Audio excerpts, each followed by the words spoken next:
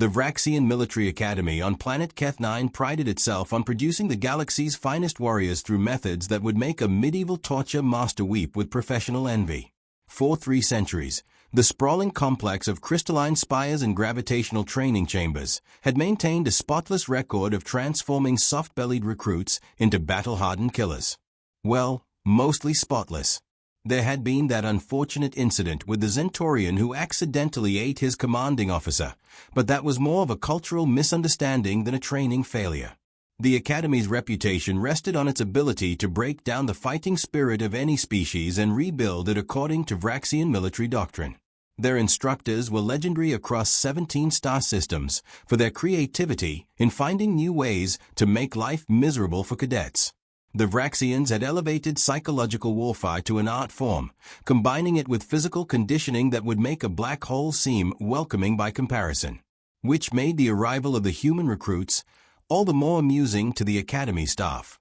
Humans, according to the preliminary reports, were a recently contacted species from a backwater planet called Earth. They had somehow impressed the Galactic Defense Coalition enough to earn military training slots, though most instructors suspected this was more about political correctness than actual combat potential. After all, what could a species that had barely mastered interplanetary travel possibly contribute to a military force that spanned half the galaxy? The humans had been described in the briefing materials as resilient but primitive, adaptable yet technologically limited, and surprisingly cooperative for a recently contacted species. These descriptions painted a picture of eager-to-please newcomers who would likely wash out within the first week of training. The Vraxian instructors had already started a betting pool on how quickly they could reduce the human contingent to tears. Commander Thylex had drawn the short straw for overseeing the human integration process. A veteran of 47 campaigns across 12 different star systems, he had seen every type of warrior the galaxy had to offer. Thylex possessed 4 arms, each capable of wielding a different weapon simultaneously, and compound eyes that could track 17 separate targets at once. His exoskeleton bore the ceremonial scars of battles fought in dimensions that most species couldn't even perceive, let alone survive in. The commander took particular pride in his ability to identify the weak links in any group of recruits within minutes of their arrival. He could spot a quitter from across a parade ground, sense fear through 3 layers of environmental suits, and break down the psychological defenses of even the most stubborn cadets with surgical precision. In his professional opinion, which carried considerable weight throughout the Academy, the humans represented the easiest assignment he had received in decades. This confidence remained unshaken even when the first batch of human recruits arrived aboard a transport that looked like it had been assembled by blind mechanics using spare parts and good intentions. The humans themselves appeared even less impressive than their vessel. They walked on only 2 legs, possessed merely 2 arms each, and their soft pink skin seemed like it would bruise if exposed to anything more dangerous than a gentle breeze. Zara Voss stepped off the transport with the casual confidence of someone who had seen enough action to know that appearances rarely told the whole story. She stood roughly average height for a human female, with dark hair pulled back in a practical ponytail and eyes that seemed to find everything around her mildly entertaining. Her uniform fit properly, unlike some of her fellow recruits who seemed to be swimming in their standard-issue gear, and she carried herself with the relaxed alertness of a professional soldier. What the Vraxian observers failed to notice, primarily because their species had never evolved the ability to recognize such things, was the way Zara's eyes constantly tracked movement around the landing bay.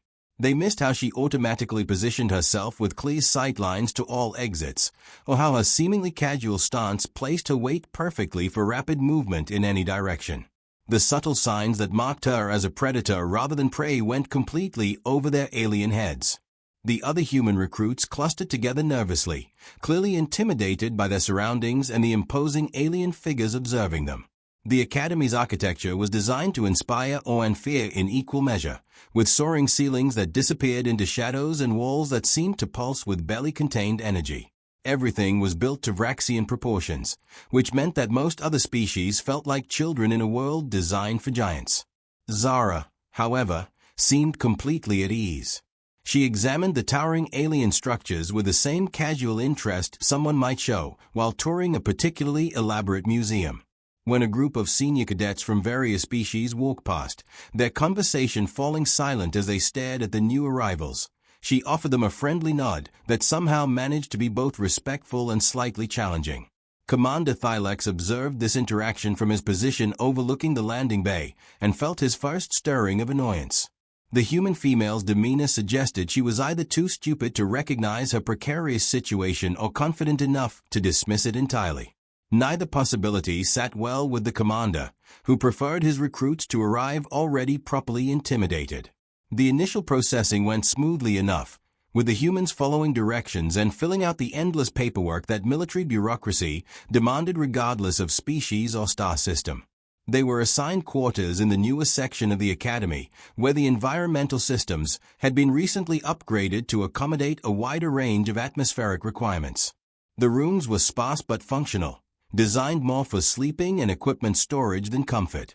During the first week of training, the human recruits performed adequately in most areas while excelling in none. They struggled with the advanced weapon systems, showed little aptitude for the multidimensional tactical simulations, and seemed baffled by the concept of psychic combat protocols. Their physical conditioning lagged behind species that had evolved in higher gravity environments, and their reflexes appeared average at best by galactic military standards. All of which made Commander Thylex's growing irritation with Zara Voss increasingly puzzling, even to himself. She followed orders promptly and without complaint, maintained her equipment to regulation standards, and showed proper respect to her instructors. By every objective measure, she was a model recruit who would likely graduate with middling marks and be assigned to some re-echelon unit where her limitations wouldn't matter. Yet something about her continued to bother the commander. Perhaps it was the way she never seemed truly surprised by anything, as if she had encountered similar challenges before. Or how she watched the alien instructors with the analytical gaze of someone studying potential opponents rather than learning from superior beings.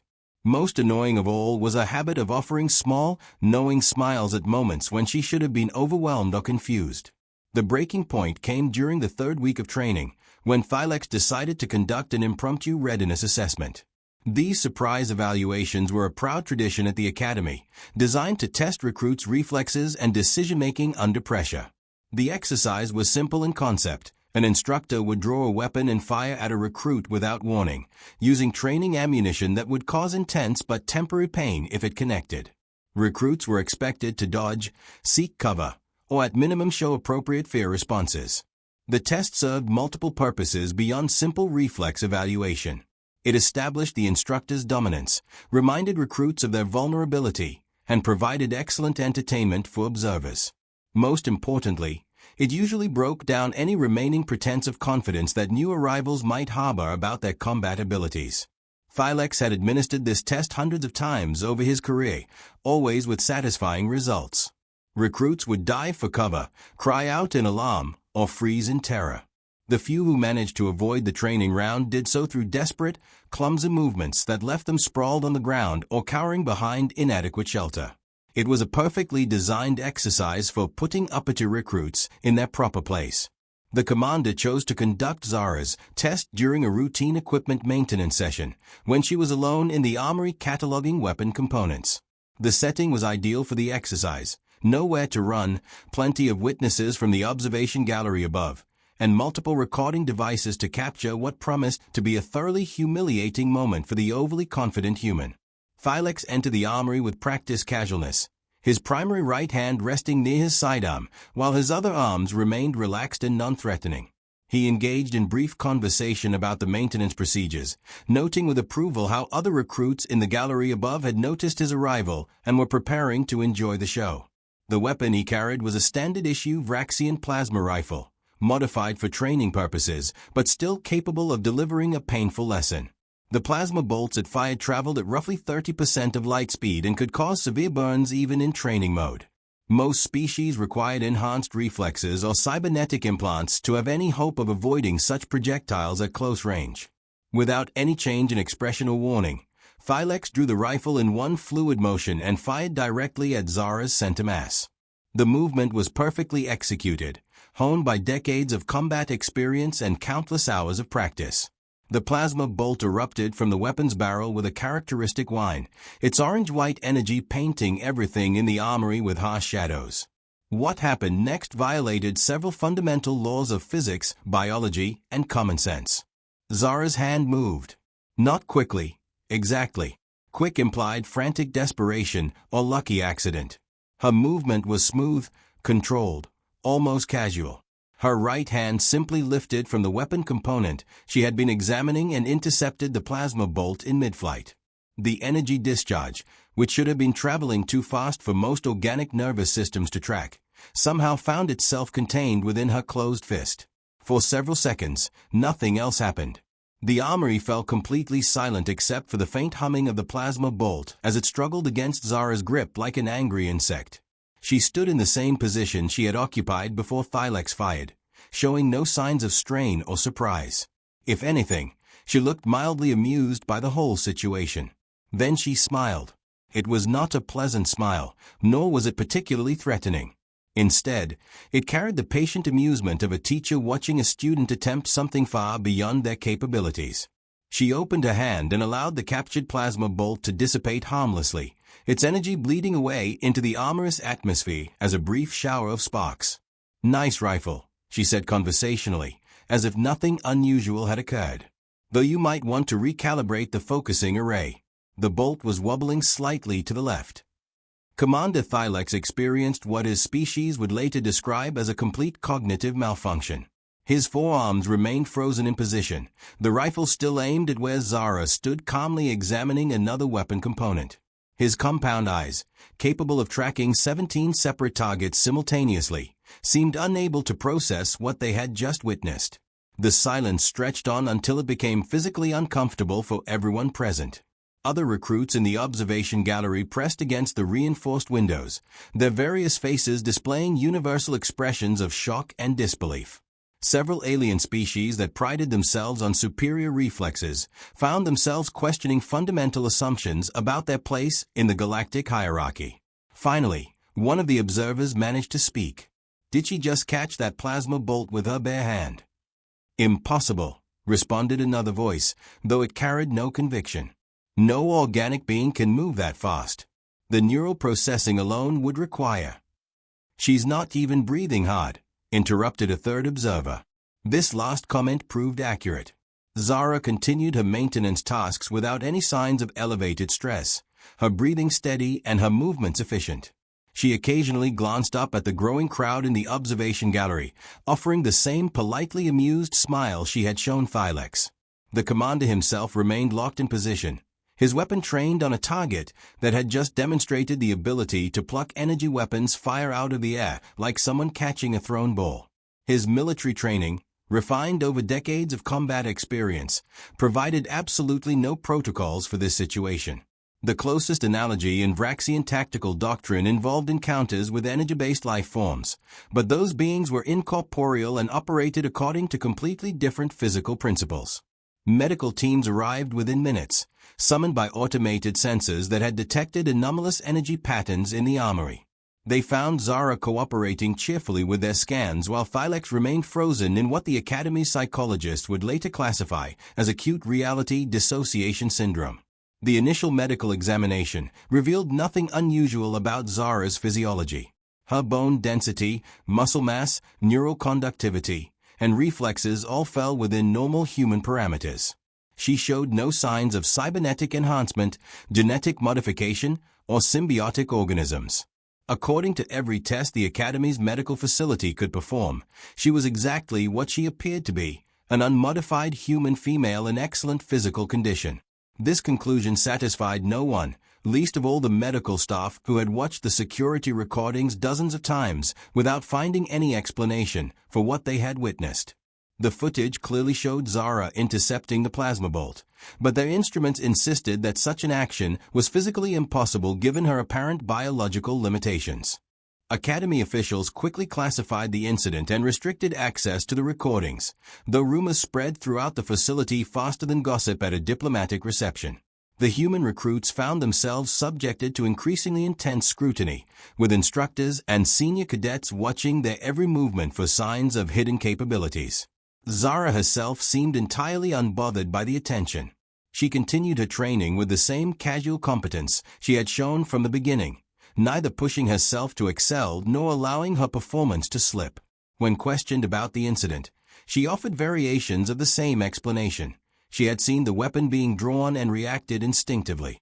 Instinctively, the Academy's chief medical officer had pressed during one of many interviews. You caught an energy discharge traveling at 90,000 kilometers per second through pure instinct. Well, Zara had replied thoughtfully, I suppose it was more like muscle memory. You know how it is. The problem, of course, was that none of them knew how it was. No species in the Galactic Defense Coalition possessed muscle memory capable of intercepting plasma weapons fire. Such reflexes would require neural processing speeds that bordered on precognition, combined with reaction times that challenged the fundamental limits of organic nervous systems.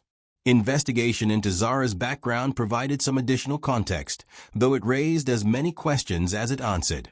Her service record from Earth indicated extensive military experience, including deployments in various conflict zones and specialized training in close-quarters combat.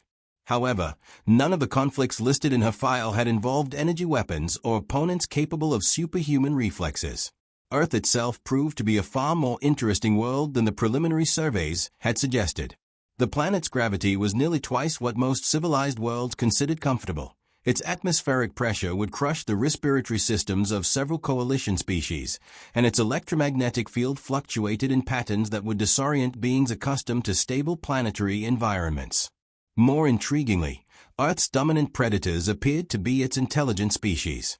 Humans had evolved not as prey animals seeking safety in numbers, but as persistent hunters capable of tracking and exhausting much larger and stronger quarry. Their cardiovascular systems were designed for sustained effort over enormous distances, their joints and muscles optimized for rapid direction changes, and their nervous systems hardwired for split-second decisions under extreme stress. The realization that humans were predators rather than prey animals caused a significant reassessment of the species throughout the Academy. Suddenly, their casual confidence and apparent fearlessness took on new meaning. They were not too stupid to recognize danger. They were simply accustomed to being the dangerous thing in most situations. This revelation led to a deeper investigation of Earth's military capabilities and the circumstances surrounding humanity's integration into the Galactic Defense Coalition. What the Academy officials discovered challenged their assumptions about the relationship between technological advancement and combat effectiveness. Earth's military forces had been fighting wars under conditions that would incapacitate most alien armies before the first shot was fired.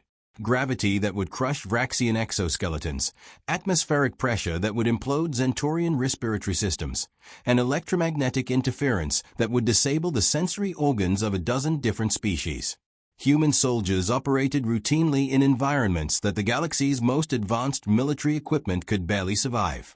Their weapons technology, while primitive by galactic standards, had been refined through centuries of constant warfare against opponents who shared their enhanced physical capabilities. Human combat doctrine emphasized speed, adaptability, and overwhelming aggression rather than the methodical tactical approaches favored by most coalition species. Most significantly, humans had developed these capabilities without any contact with galactic civilization. They represented a completely independent evolutionary path toward military excellence, one that had produced results no one had expected or planned for. The Academy's administration faced a delicate problem.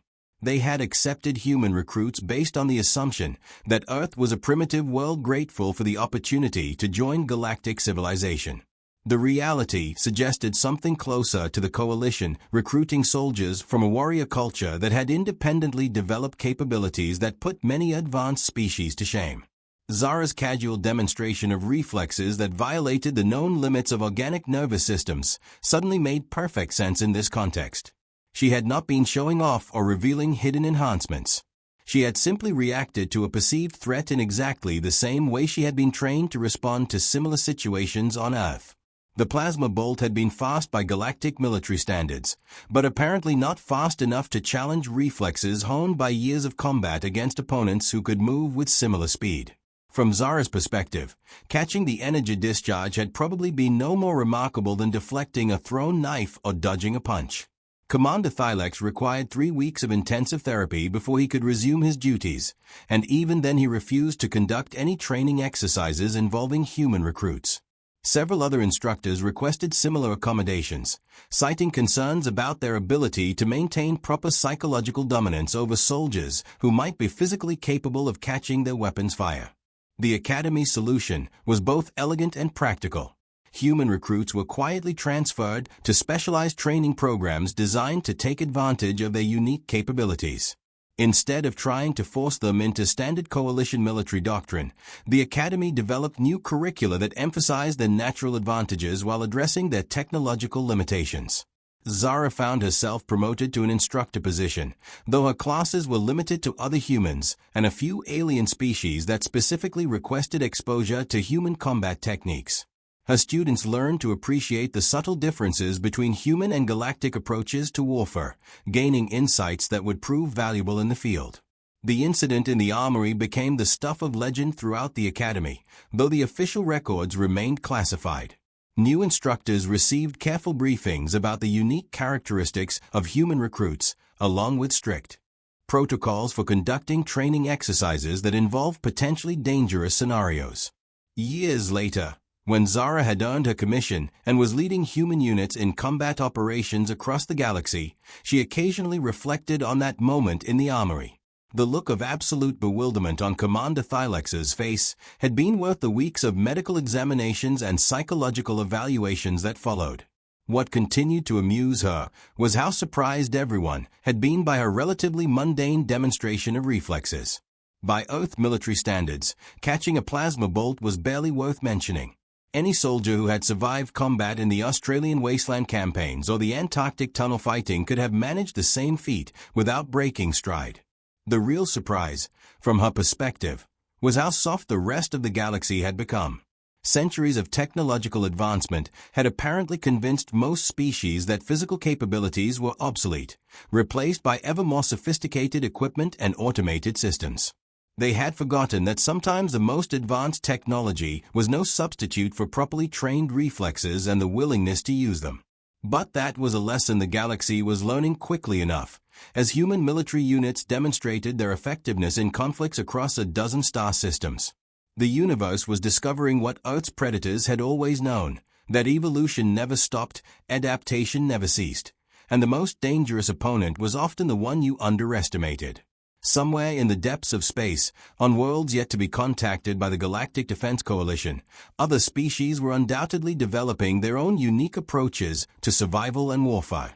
The galaxy was a much more dangerous place than its civilized inhabitants wanted to admit, full of threats that could not be defeated by superior technology or advanced tactics alone. And somewhere among those threats, moving through the darkness between stars with the patient confidence of apex predators, humanity continued to smile that same knowing smile Zara had worn in the armory. They had found their place in galactic civilization, all right. It just wasn't the place anyone had expected them to occupy. The drill sergeant had fired without warning, and she had caught the bullet and smiled.